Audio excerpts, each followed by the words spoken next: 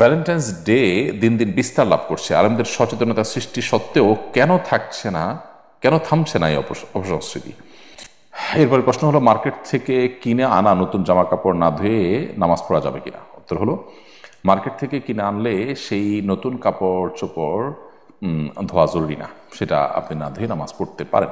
হ্যাঁ, আপনি যদি অ্যালার্জি বা অন্যান্য সমস্যা স্বাস্থ্যগত কারণে ধোয়াটা প্রয়োজন মনে করেন, সেটা ভিন্ন বিষয়। শরীর দৃষ্টিকোণ থেকে এটা ধোয়া কোনো আবশ্যক নয়, কারণ হলো সেখানে কোনো নাপাক আপাত দৃষ্টিতে লেগে নাই। অতএব সেটা নাপাক আছে কিনা আমি জানি না, এরকম মনে করে সেটাকে ধোয়াকে আবশ্যক মনে করার কোনো প্রয়োজন নেই।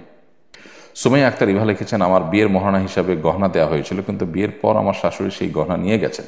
তিনি তার কাছে রাখতে চান, কিন্তু আমি চাইলেও দেন না।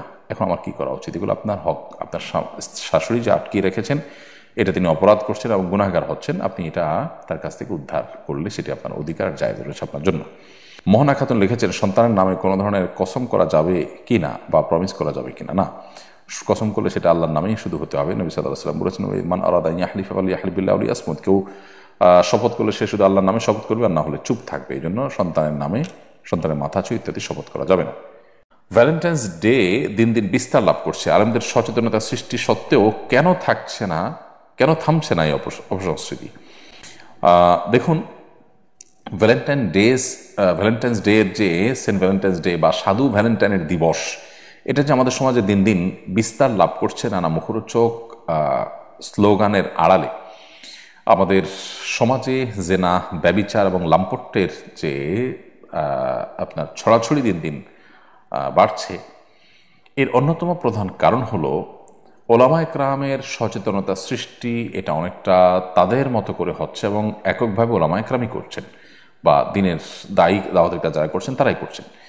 সাধারণ মানুষের মধ্যেও নিজেদের সন্তানদের ভবিষ্যৎ সন্তানদের রক্ষা করার জন্য, নিজেদের সন্তানদের ভবিষ্যৎ যাতে ধ্বংস না হয় সেজন্য তাদেরও আলেমদের কাতারে এসে এই অপসংস্কৃতি এবং ভিনদেশী সংস্কৃতির বিরুদ্ধে তাদেরকে দাঁড়াতে হবে এবং সংগ্রাম চালাতে হবে। বিশেষ করে শিক্ষা প্রতিষ্ঠানসমূহে এ ধরনের অপসংস্কৃতি বন্ধ করবার জন্য যদি উদ্যোগ নেওয়া হয়, তাহলে সেটাই হবে আমাদের জন্য সবচেয়ে উজ্জ্বল উদাহরণ এবং সফলতার চূড়ান্ত শিখরে তখন যাওয়া সম্ভব হবে, যখন আমরা শিক্ষা প্রতিষ্ঠানগুলোতে এগুলো থামাতে পারবো এবং সর্বস্তরের মানুষ যখন এখানে সামিল হবেন, যোগ দিবেন। অবশ্যই এখানে ওলামায়ে কেরামের আমি বলতে পারি যে ওলামায়ে কেরামের কিছুটা ব্যর্থতা, যে তারা সাধারণ মানুষকে তাদের মিশনে সামিল করতে পারেন নাই। এক শ্রেণী মিডিয়া তাদের সামান্য লাভের জন্য যে আমাদের সন্তানদের জীবনকে ধ্বংস করে চলেছে, তাদের বিরুদ্ধে আমাদের প্রত্যেকটা মানুষকে সোচ্চার হতে হবে।